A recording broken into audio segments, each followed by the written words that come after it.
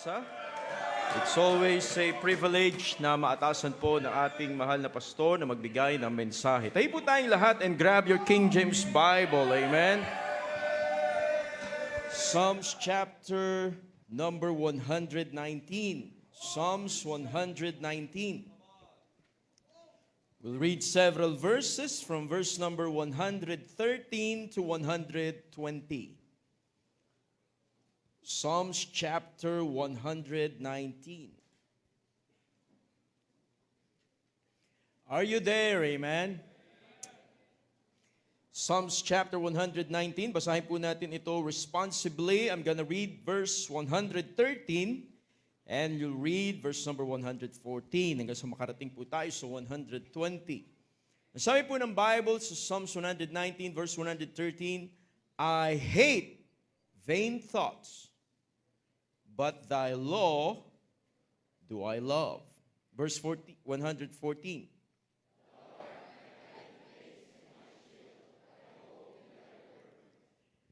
Depart from me, ye evildoers, for I will keep the commandments of my God.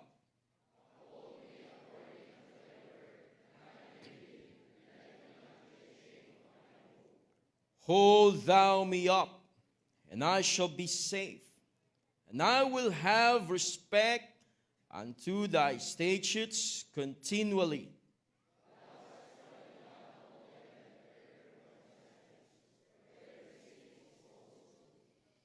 Thou puttest away all the wicked of the earth like dross. Therefore I love thy testimonies.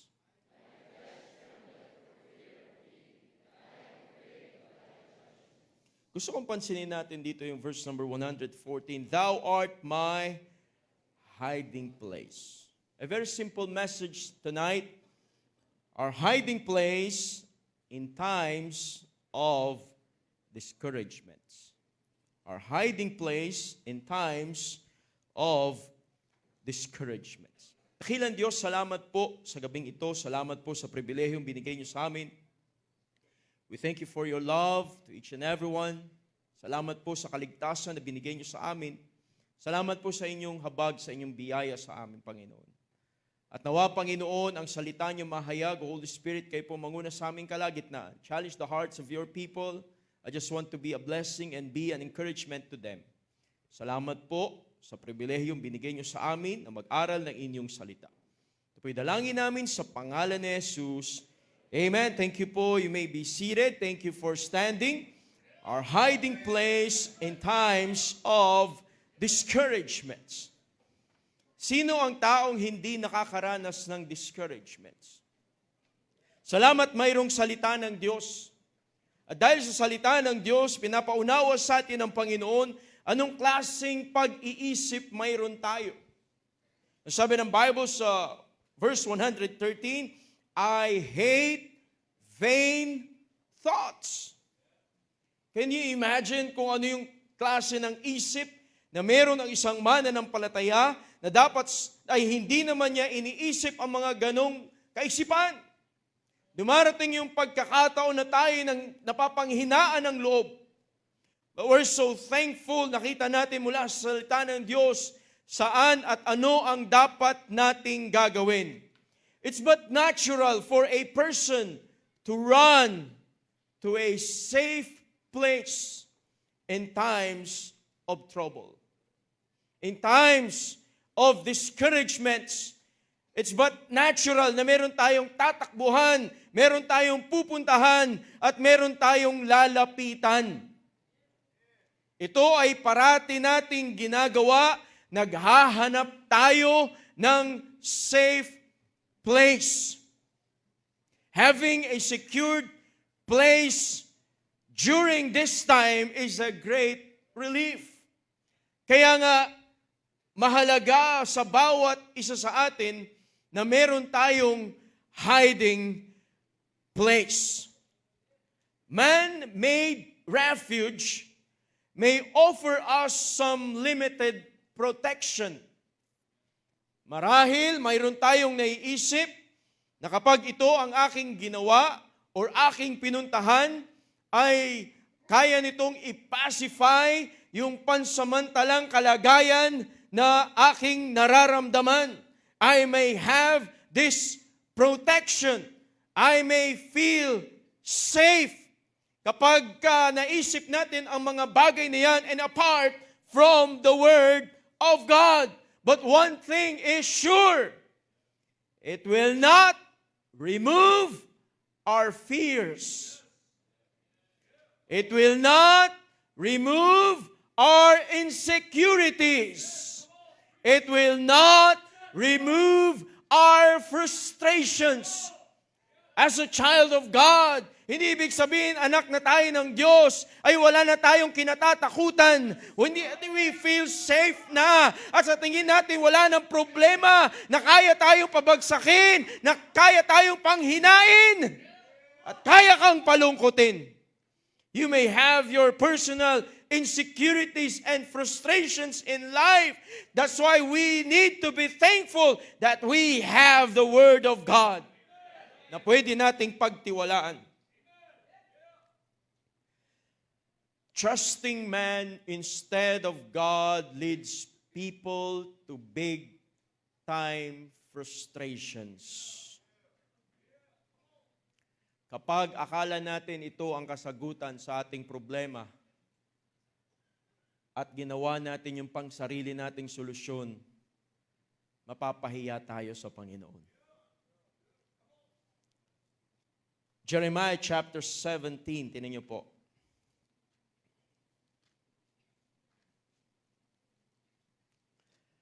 Gusto ko po makita natin mula sa salita ng Diyos, makita natin ang ating sarili.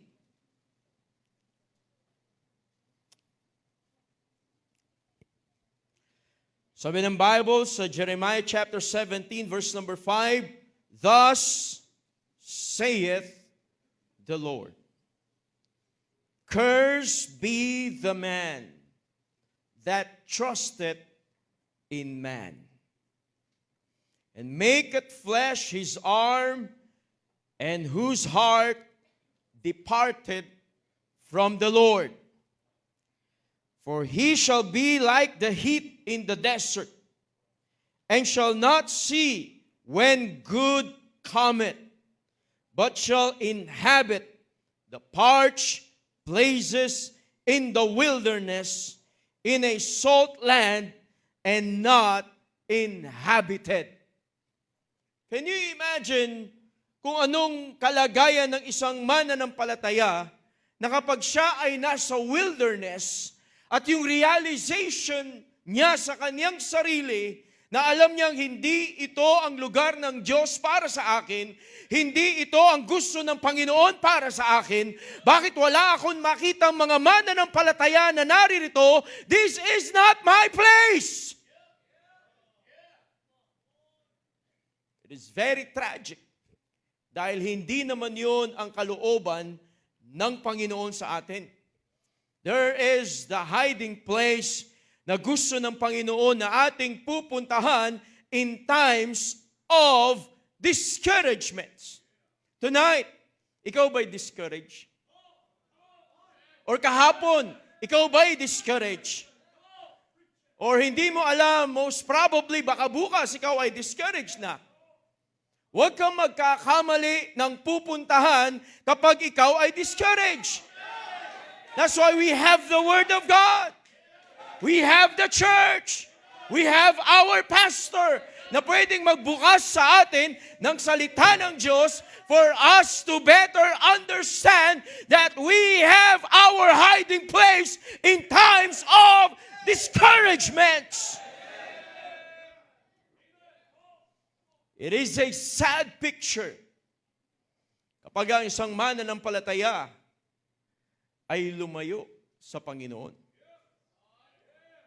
God wanted us to be blessed and not to be cursed. It's but natural for the unbelieving world not to believe in this book right here. Wala silang pakialam sa salita ng Diyos. Pero ikaw na nakakabasa ng banal na kasulatan, iba ang pagtrato natin Dahil ito'y salita ng Diyos.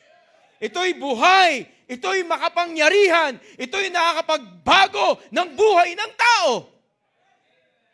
Kaya ng salita ng Diyos na yung discouragement mo ay mawala. Kaya ng salita ng Diyos na bigyan ka ng revival sa iyong puso.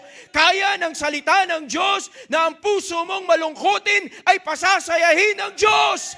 Kaya bigyan ng solusyon ng Diyos ang mga frustrations natin sa ating buhay. Hindi nakadepende ang kaligayahan ng isang mananampalataya sa sitwasyon ng kanyang buhay. Wala sa edad ang kaligayahan sa Panginoon. Wala sa kondisyon mo ngayon kung ikaw ay masaya sa Panginoon. Dapat bilang mananampalataya, nauunawaan mo kung sino ang Diyos na meron tayo, kung sino ang Diyos na buhay na nasa langit, kung sino yung namatay doon sa krus ng Kalbaryo na siya'y nagbigay ng pag-ibig sa bawat isa sa atin. Kilala dapat natin ang ating Diyos. Ang Diyos natin ay buhay. Ang Diyos natin ay may pakiramdam. Ang Diyos natin ay may emosyon. Hindi ba naunawaan ng Diyos ang pagluha natin? Hindi ba naunawaan ng Diyos ang kalungkutan natin? Hindi ba naunawaan ng Diyos yung kalam ng sikmura natin? Hindi ba alam ng Diyos yung ating, na tayo ay nasasaktan? Can you imagine ang Panginoon bumaba dito sa lupa, lumakad kung saan tayo lumakad, namatay para sa iyo at para sa akin? Yung pinakamahirap na sakripisyo ay ginawa niya para sa iyo at para sa akin. Hindi pwedeng hindi ka nauunawaan ng Diyos. Iba't ibang lugar ang ating pinanggalingan. Iba't ibang sitwasyon ang meron ang bawat isa sa atin. Pero ngayon, dinala tayo ng Diyos sa bahay-sambahan. Pare-parehas tayong mananampalataya. Pare-parehas tayong nabautismuhan. Pare-parehas tayong lumalago sa discipleship program ng ating simbahan. Pare-parehas tayong merong isang Diyos.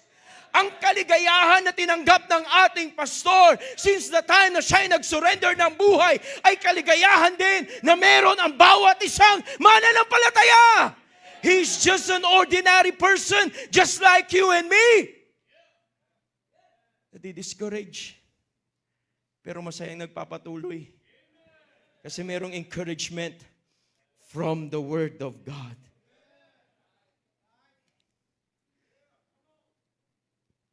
Kapag ikaw ay nagtiwala sa tao, hindi mo alam anong kasunod. Pero pag nagtiwala ka sa Diyos, you know that God has a better plan.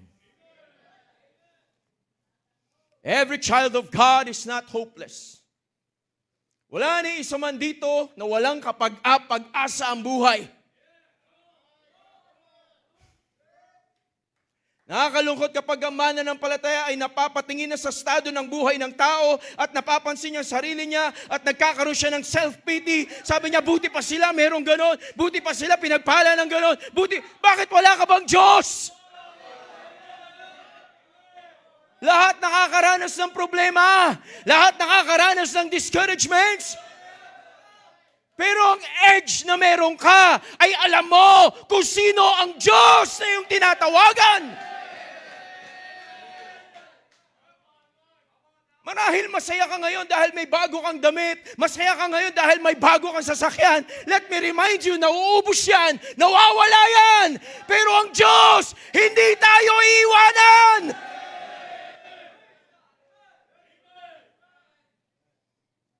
It's about time, bilang isang mananampalataya, magkaroon tayo ng kakaibang kagalakan sa Diyos.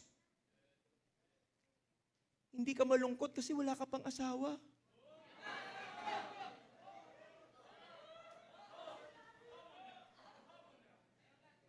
Sabi nga ng ibang may asawa, buti ka pa nga, wala pang asawa eh. Kasi ikaw gusto mo mag-asawa. Hindi ako yon, Sir Jess.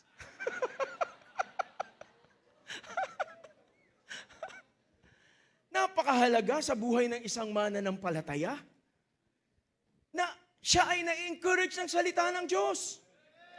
Kasi mahirap yung, pero mo dumalo ka na ng service at pagkatapos uwi ka, malungkot ka pa rin. Nakinig ka ng Sunday school lesson at uuwi ka, malungkot ka pa rin. Umawit tayo ng mga awitin sa church. Nagkaroon tayo ng fellowship kanina at pagkatapos ay malungkot ka pa rin. There's something wrong. Ibig sabihin, wala kang hiding place na pinag-uusapan natin ngayong gabi.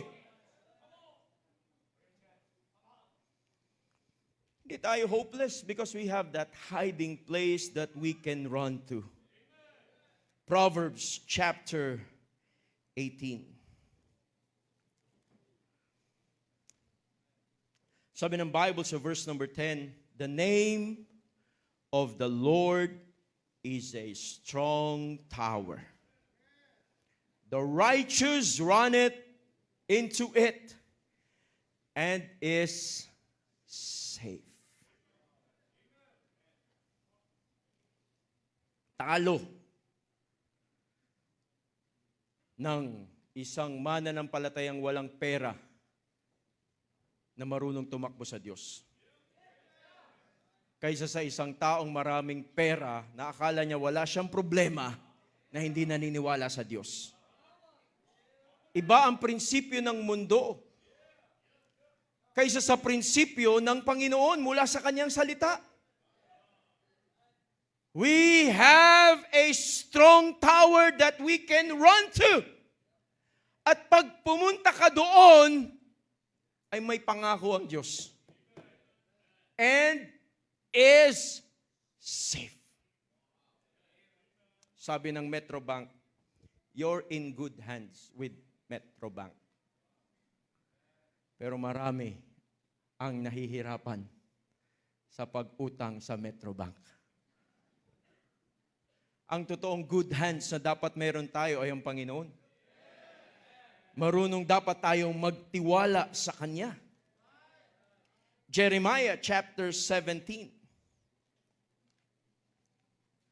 Verse number 7. Blessed is the man that trusteth in the Lord, and whose hope the Lord is. Bakit hindi mo i-claim yung verse na yan? Panginoon, I have read your verse. I want to claim it. Blessed is the man. Ang tiwala ko ay nasa inyo, Panginoon. I-remind mo yung sinabi ng Panginoon at siguradong alam ng Panginoon ito. Can you imagine whose hope the Lord is? Anong pinagtitiwalaan mo? Yung pinag-aralan mo? Anong pinagtitiwalaan mo? Yung talino mo? Yung kalakasan mo? Baka isang araw, bigla kang may sakit na lang. Yung pinag-ipunan mo ng mahabang panahon ay hindi mo ma-enjoy.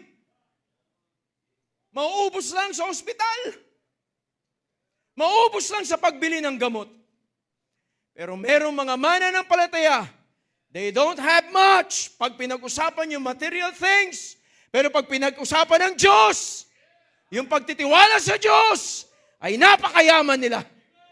Dahil hindi kayang ibigay ng kaligayahan na merong isang mananampalataya kaysa sa kaligayahan na merong i-offer ang sanlibutan.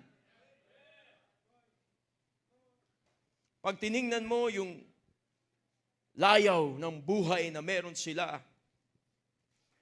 kapag ikaw ay malayo sa Panginoon, ikaw ay malulungkot. Pero pag hiniram mo ang mata ng Diyos at binasa mong kanyang salita, ikaw ay magagalak at matutuwa. God has something to say about His hiding place. For sure, it will inspire us to keep on trusting Him. Merong binibigay ang Diyos sa'yo na minsan, you just take it for granted. Psalms chapter 32. Psalms 32 verse number 7. Sabi ng Bible sa verse number 7, Thou art my hiding place. Thou shalt preserve me from trouble. Thou shalt compass me about with songs of deliverance. Alam niyo, nakakatuwa sa mananampalataya kapag ikaw ay nalulungkot, makinig ka ng mga music natin. Makinig ka ng inaawit natin dito sa ating songbook. At siguradong ma-inspire ka. Yung kalungkutan na meron ka ay papalitan ng pagtitiwala sa Diyos. Anong sabi ng Bible? Thou shalt compass me. Ibig sabihin, paulit-ulit lang yan. Kaya nga dapat paulit-ulit, nasa bahay-sambahan tayo. Kapag meron tayong awitin, paulit-ulit, paulit-ulit, paulit-ulit, because God is reminding us of the deliverance. Saan ba tayo kinuha ng Diyos? Out from the miry clay of sin. Galing sa putik ng kasalanan. And can you imagine, inalis tayo ng Diyos doon, hinugasan tayo ng Diyos, at binigyan ng privilege na makapaglingkod sa Kanya. He's our hiding place. Siya ang ating tinakbuhan. Three simple things for us to better understand our hiding place. Number one, our hiding place is God Himself. Our hiding place is God Himself. So Psalms 119 verse number 113, I hate vain thoughts. Kapag ang isang mananampalataya ay discouraged, punong-puno ng vain thoughts yan. Vain thoughts. Kung ano mga iniisip na hindi naman dapat, ba't hindi mo ibigay sa Diyos? Masyado ka nag-aalala ng kinabukasan na hindi naman ikaw ang may control niyan. Wala kang kapangyarihan for the future. Because God holds the future in the palm of His hands. Ang Diyos ang mayroong kontrol ng oras. Kayang pahintuin ng Diyos ang oras. Kayang pahintuin ng Diyos ang pag-ikot ng mundo. Kaya niyang baliktarin yan. Siya ang may kontrol niyan. Siya ang may control.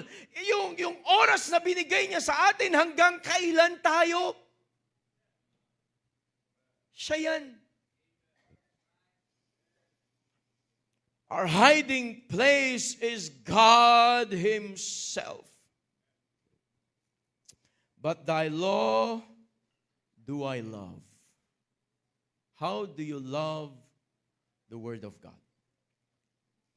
If God is our hiding place, it simply means we need more of the Word of God. Ang mananampalatayang kulang sa salita ng Diyos, ibig sabihin hindi na nagsisimba. Or kahit nasa bahay-sambahan, hindi nag-absorb ang salita ng Diyos. Nasa bahay-sambahan, hindi ginagamit ang King James Bible. Nasa bahay-sambahan, pero iba na ang pagtrato niya. Salita ng Diyos is just another book. This is the very Word of God. Ito yung salita ng Diyos. Ito'y buhay. Ito yung salita na settled doon sa langit na ibinigay ng Diyos sa atin para ating basahin. Can you imagine, this is something previously hidden? Hindi natin alam ang patungkol sa Diyos. And yet, binuksan ito ng Diyos sa atin. And now we have the Holy Spirit para buksan ang ating mga mata. At pag binabasa natin ay nauunawaan natin ang salita ng Diyos. Can you claim this statement na sinabi niya, but thy law do I love?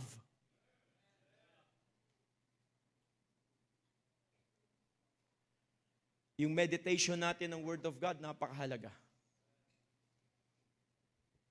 Kung paano to binigay ng Diyos sa atin, kung paano siya nag-intervene. Gumamit siya ng soul winner para tayo ay masyara ng gospel. Ako'y second generation Christian na, kaya ginamit ng Panginoon yung parents ko. Nung mawin sila ni pastor, dinala kami sa church. And now, it's my privilege na nababasa ko ang salita ng Diyos. Hindi ko pwedeng i-exclude yung mga taong nauna sa akin na ibinigay sa akin ang salita ng Diyos. I know there are times na sila ay discouraged and yet nagpatuloy sila. And look what I have now. I have the very word of God in my hand. Ito'y aking binabasa rin.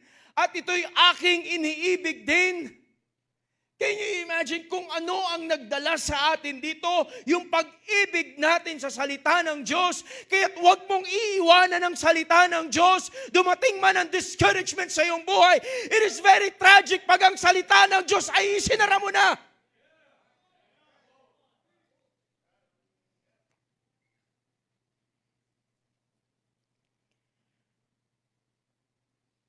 Napakamakapangyarihan ng salita ng Diyos. Kaya nga maraming nagbigay ng buhay para sa Panginoon, gawa ng salita ng Diyos. Wala na po akong maisip na encouragement sa amin. Sa mga full-time, salita ng Diyos. Hindi naman pwedeng i-offer sa amin kung ano yung in-offer ng sanlibutan eh. But the Word of God. Na ikaw mismo personal kang mag-aaral, magbabasa ng salita ng Diyos at nanamnamin mo yung sinasabi ng salita ng Diyos. And I believe ganun din ang ginagawa mo as an ordinary member of Christian Bible Baptist Church. Early in the morning, binabasa mo ng salita ng Diyos at pinag-aaralan mo yung mabuti at isinasa puso mo ang salita ng Diyos dahil yan ang nagpapalakas. Mahina tayo kung walang salita ng Diyos. Walang silbi ang ginawa natin sa buong maghapon kung walang salita ng Diyos. Salamat kaninang umaga may salita ng Diyos. Sa ating worship service may salita ng Diyos. Sa Young People's Fellowship may salita ng Diyos. Sa Divided Fellowship may salita ng Diyos. At ngayong gabi may salita ng Diyos. Ang ating pastor ay nandun sa outreach anniversary ng Hong Kong. Ano ang dala-dala niya? Salita ng Diyos.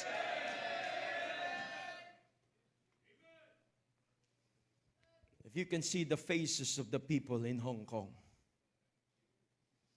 na nanonood lang sa live stream natin, na tuwang-tuwa, na makikinig sila ng salita ng Diyos, na nandun ang ating pastor nagpipreach. They were crying, happy, enthusiastic, praising the Lord.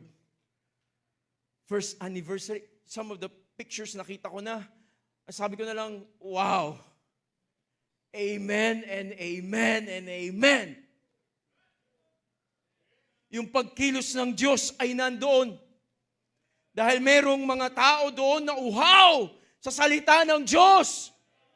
They may be in the place na sa tingin nila ay a green pasture.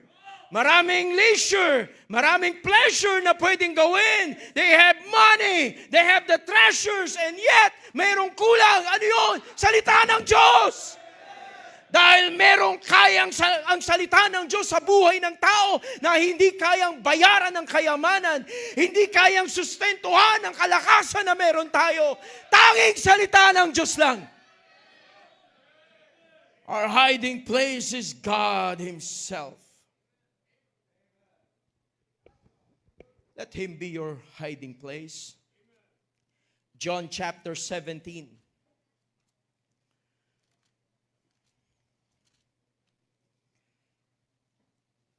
Verse number 17. Sanctify them through thy truth. Thy word is truth. Naisip niyo po ba kung saan na tayo dinala ng salita ng Diyos? Kung ano na ang ginawa nito sa ating buhay. Let the word of God be our hiding place. Job chapter 3, chapter 4. Job chapter 4.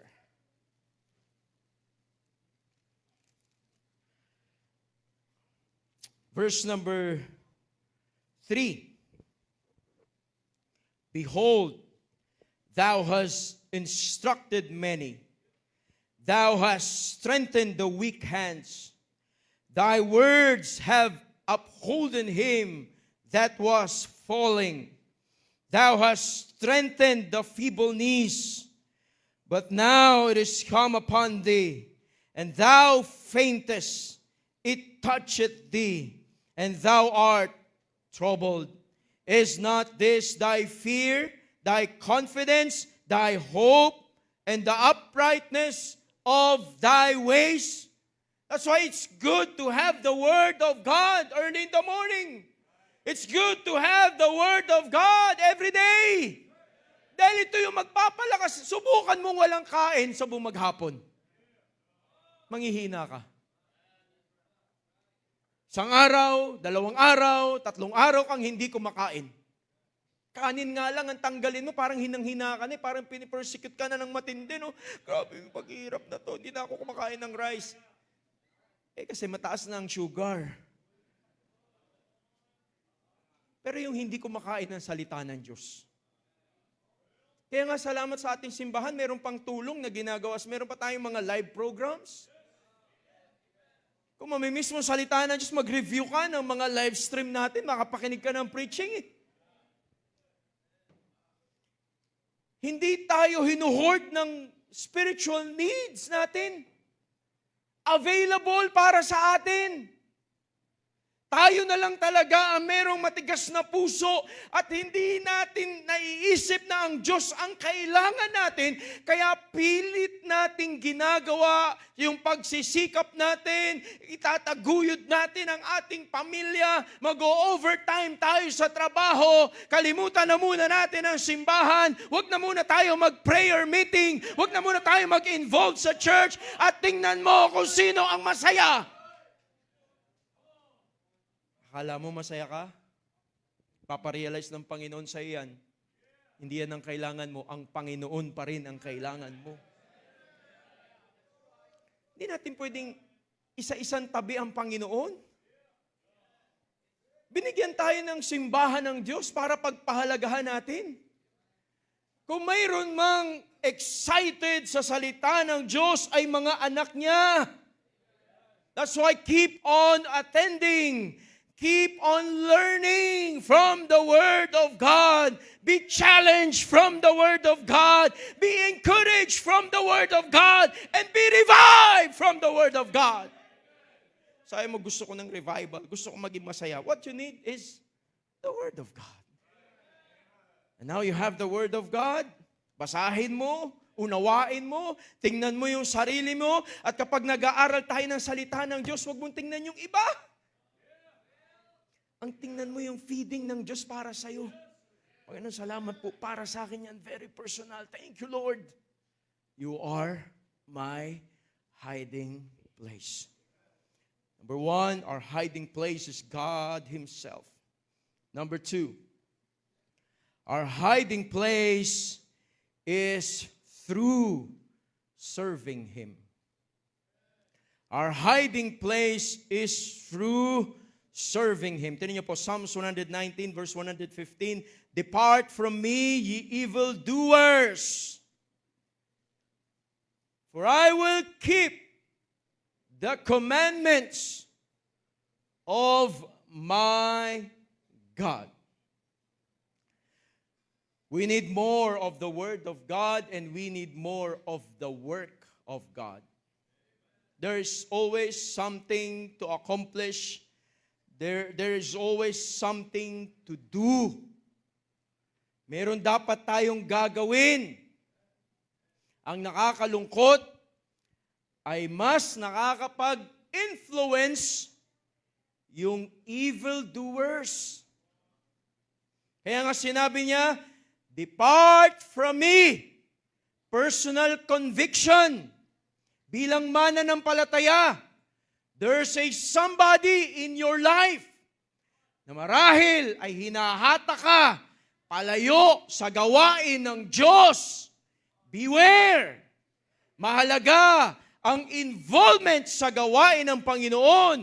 Kaya nga sabi niya, I will keep the commandments of my God. Kapag yan ang sinabi mo, meron pa bang kontra sa desisyon na ginawa mo sa paglilingkod sa Panginoon? Hindi ko pwedeng iwanan ang gawain ng Panginoon. Hindi ko pwedeng iwanan ang pinag-uutos ng Panginoon. Colossians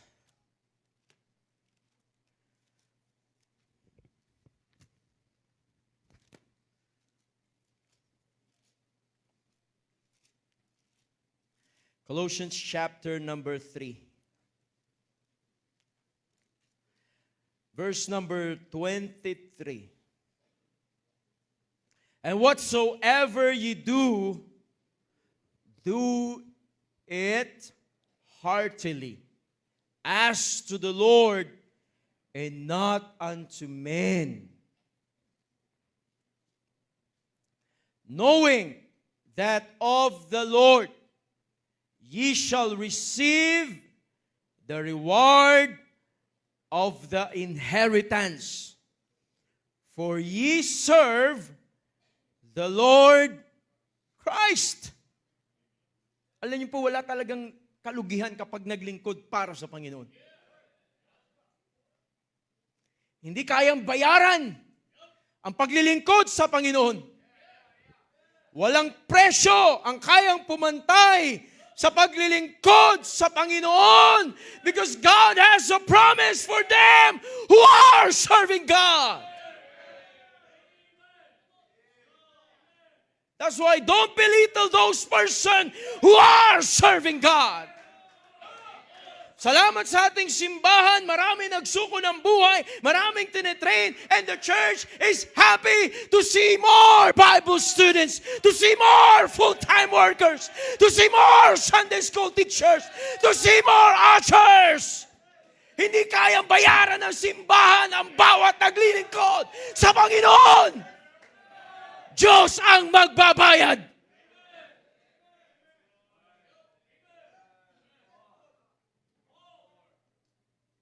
Siya magbibigay ng reward. Kung merong part ng buhay mo na ikaw ay naglingkod sa Panginoon, hindi nakalimutan ng Diyos yun.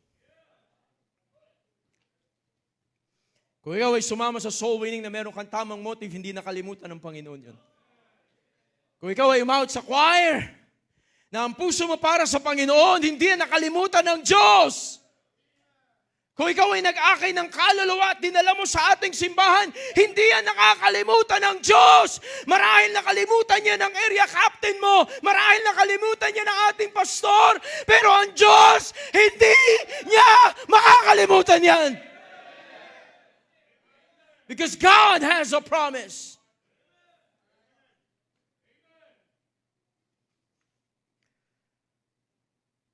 Tignan niyo po. Tuloy natin yun. Maganda yun eh.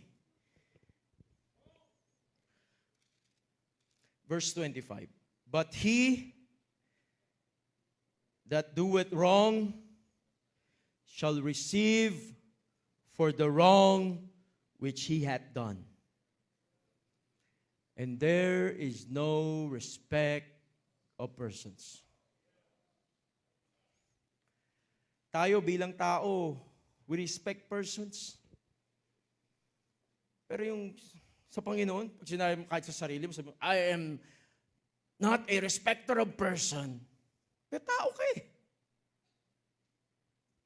Lahat ba? Ganon? Totoo ba yun? Pero sa Panginoon nagsabi niyan eh.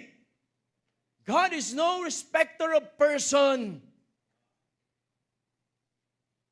Hindi nakabase sa pangalan. Hindi nakabase sa apelyido mo. Hindi nakabase sa tagal mo sa ministry. Hindi nakabase sa kung anong background meron ka. Ang Diyos ang nakakaalam yung ginawa mo para sa Kanya. Kaya nga sa langit talagang magkakagulatan eh. yung pagbibigayan ng reward ng Diyos, and will cast our crowns at Jesus' feet.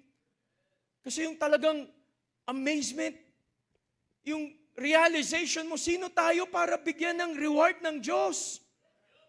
I'm not worthy to receive those rewards. Panginoon, para sa iyo po yan at yung meron tayong ibigay sa Diyos. Akala natin minsan na pagtanggap natin, ako ang maraming reward sa langit. Hindi naman ganun dun eh. Hindi katulad yun ng graduation na pag kumakalansing na yung mga medals mo at mga trophies mo, hindi ganun sa langit. Hindi mo ipopost sa social media, ito po ang mga crowns ko. Walang ganun. Ang meron doon yung tamang attitude natin na ibibigay natin sa Panginoon. Panginoon, salamat, meron akong i-offer para sa iyo. Kapag umalis tayo sa salita ng Diyos at ang nakuha natin yung prinsipyo ng sanlibutan, aalis ka sa gawain ng Diyos. Makakalimutan mo na ang Diyos ang tumawag sa iyo. Makakalimutan mo na ang Diyos ay merong pangako para sa iyo.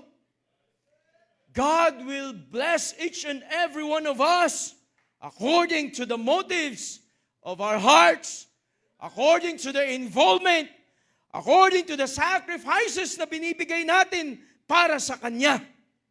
That's why it is always a safe decision to continue serving God. It is very tragic kapag sa isang mananampalataya ay naisip niya, alis ako sa gawain ng Diyos. Kasi I have better plans.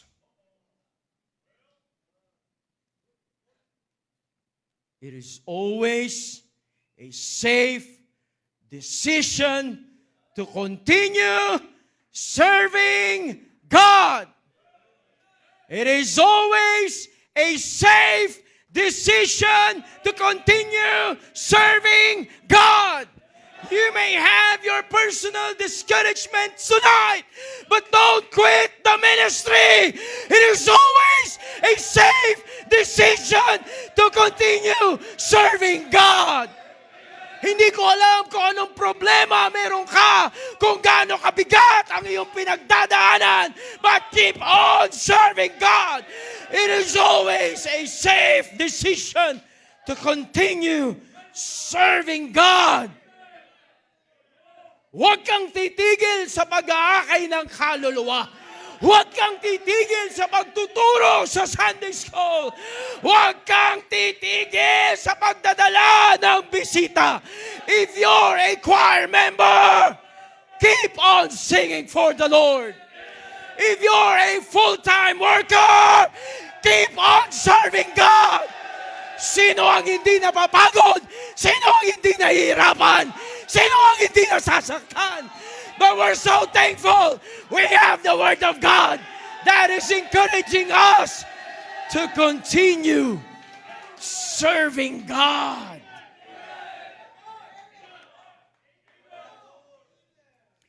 Kapag dumating yung time na talagang discouraged ka, ang pinakamadaling decision is to quit.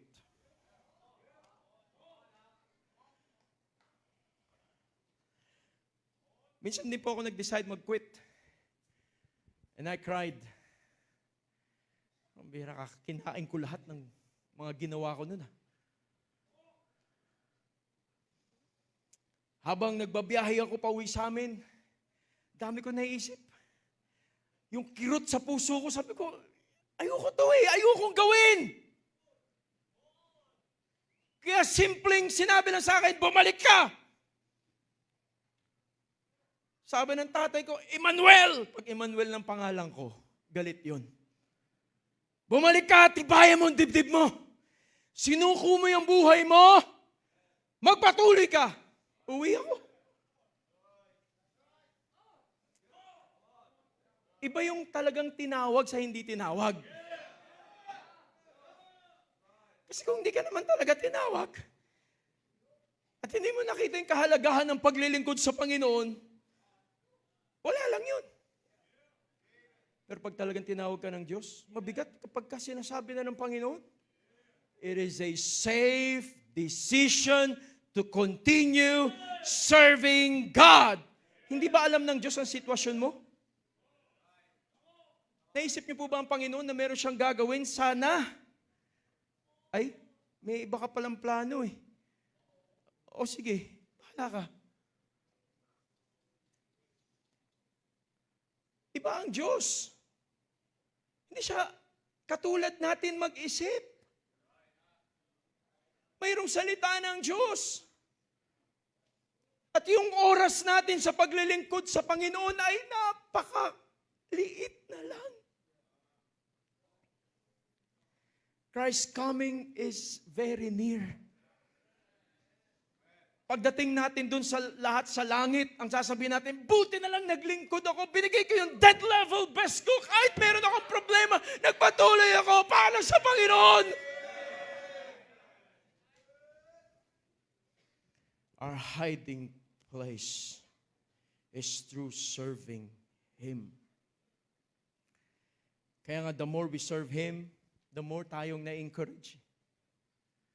Yung magpatuloy ka lang, at makita mo, in spite of the problems that you are facing right now, you have that hiding place.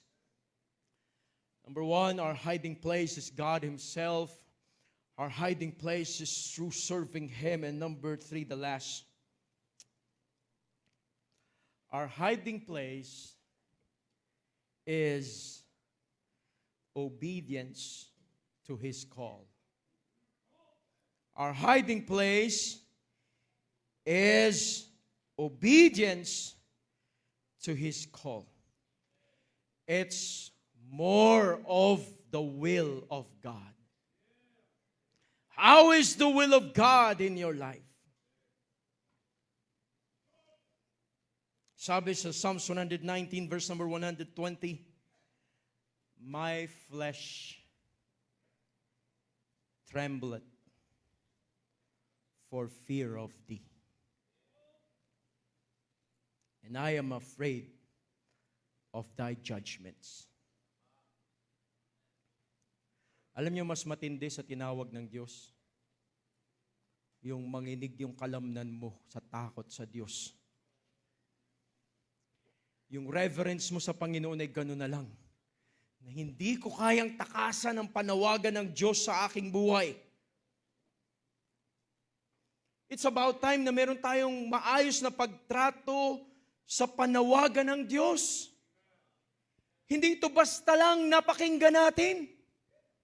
Merong gustong i-accomplish ang salita ng Diyos sa ating buhay. Tingnan niyo po sa verse number 66.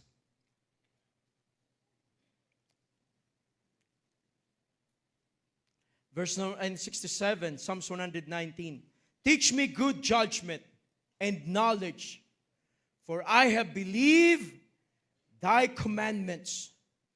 Before I was afflicted, I went astray, but now have I kept thy word. Sa mga tinawag ng Diyos, naalala mo ba yung unang pagkakataon na humakbang ka papunta sa altar? Anong sabi mo, Panginoon? At thy word. Sabi mo, Panginoon, tinatawag mo ko, so be it. Isusuko ko ang aking buhay. Kapag tinawag ka ng Diyos at ikaw ay sumunod sa panawagan ng Diyos sa iyong buhay, siguradong hindi ka pababayaan ng Panginoon. Merong nagbibigay ng protection sa iyo. Merong nag-aalaga sa iyo. Bakit ka aalis sa nag-aalaga sa iyo? Bakit ka aalis sa kamay ng Diyos?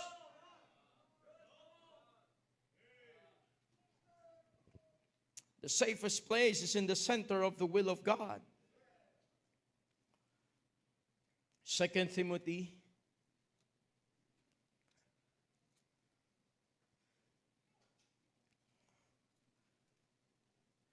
chapter 1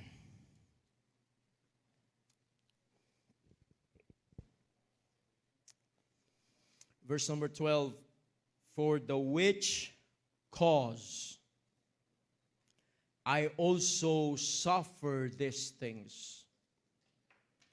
Nevertheless, I am not ashamed. For I know whom I have believed, and am persuaded that He is able to keep that which I have committed unto Him against that day. As a church, naunawaan natin ang panawagan ng Diyos. And as a church family, dapat tayo rin ay tulong-tulong na nag-encourage sa mga tinawag ng Diyos. Kapag mayroon kayong nabalitaan, na discourage, na alam mong tinawag ng Diyos, do something to encourage that person. Huwag mong sasabihin, sige, umalis ka na dyan at dito ka muna sa amin. Huwag mong gagawin yon. I-encourage mo. Kung kailangan mong pakainin sa labas, isama mo kami. Kung kailangan mong bigyan ng time, kausapin mo, ipag-pray mo. I-encourage mo naman. Huwag mong damayan at gatungan pa yung discouragement. Dahil alam niyo po, pag pumasok na sa loob, sa full-time service, hindi lang basta nandyan yan. Sama-sama, collaborative effort ng Bible College, ng full-time staff, ng dorms, ng ating pastor, ng staff ng church, para i-encourage ang mga nag-surrender ng buhay sa Panginoon. Wala ni isa man magdi-discourage at sabihin sa kanya, sige, mag-quit ka, sige, umalis ka sa panawagan ng Diyos, huwag ka na mag-full time, umalis ka na sa panawagan ng Diyos, baliwala na yan. We never belittle the call of God in a person's life. As a human being, kahit ang ating pastor, may mga nagsusurrender na parang sa sarili mong judgment, huwag ka na lang mag-full time. Pero dahil sinabi niya, tinawag siya ng Diyos, hands up na ang ating pastor. Tinawag ng Diyos eh. At pagkatapos, tinamaan lang ng sakit na katam, aalis na. Na emosyon lang, aalis na.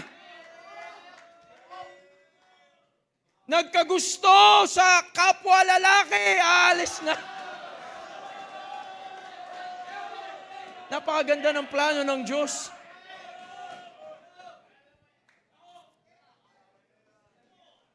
Our hiding place is obedience to His call. Wala namang tinuldukan ng Panginoon eh. Lahat binibigyan ng pagkakataon. Pero pag nag-decide ka na umalis at iwanan ang panawagan ng Diyos, it's between you and God.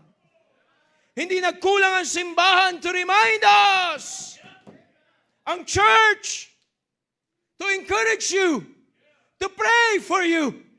If there's somebody na nag-encourage sa'yo, magpa-encourage ka naman. Huwag ka na magpapansin. I-post mo pa feeling discouraged. Anong problema, sis? Anong problema, sir? Ganto kasi, ganyan. Encourage mo, pag-pray mo. Kausapin.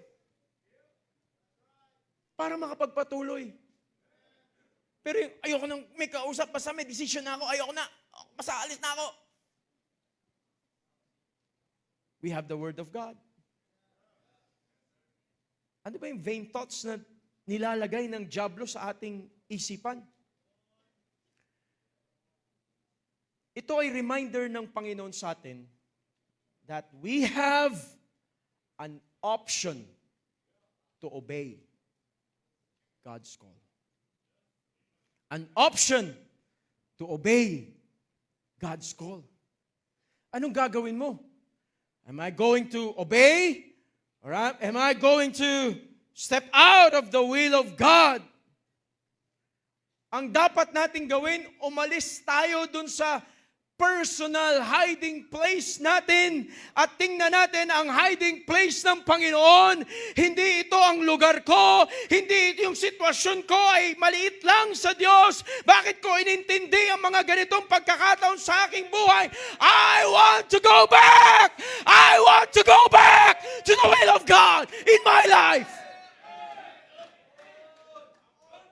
Hinahamon ka ng Diyos to go back.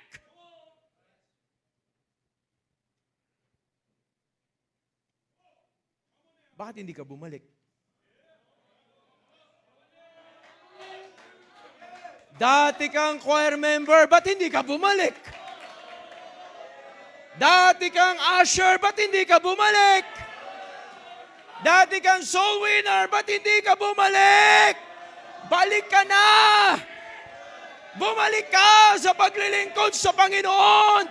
Balikan mo yung kagalakan na meron ka, na kahit may problema, masaya ka sa bahay-sambahan. Why? Because you know that God is our hiding place. Magaan ang iyong kalooban pag alam mong nandun ka ulit sa pagsunod sa Panginoon.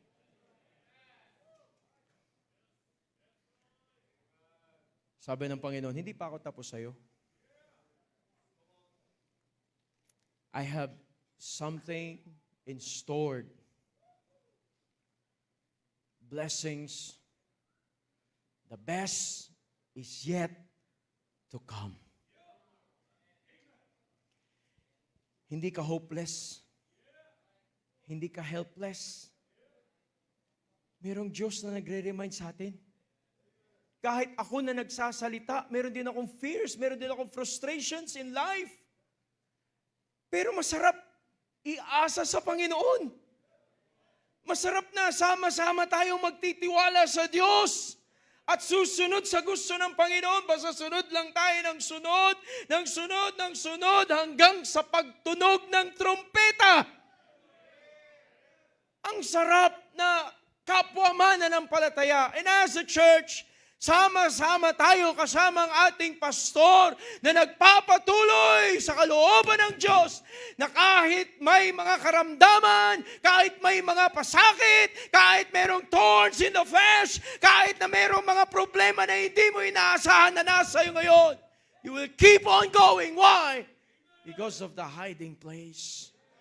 Walang iba kung hindi ang Panginoon.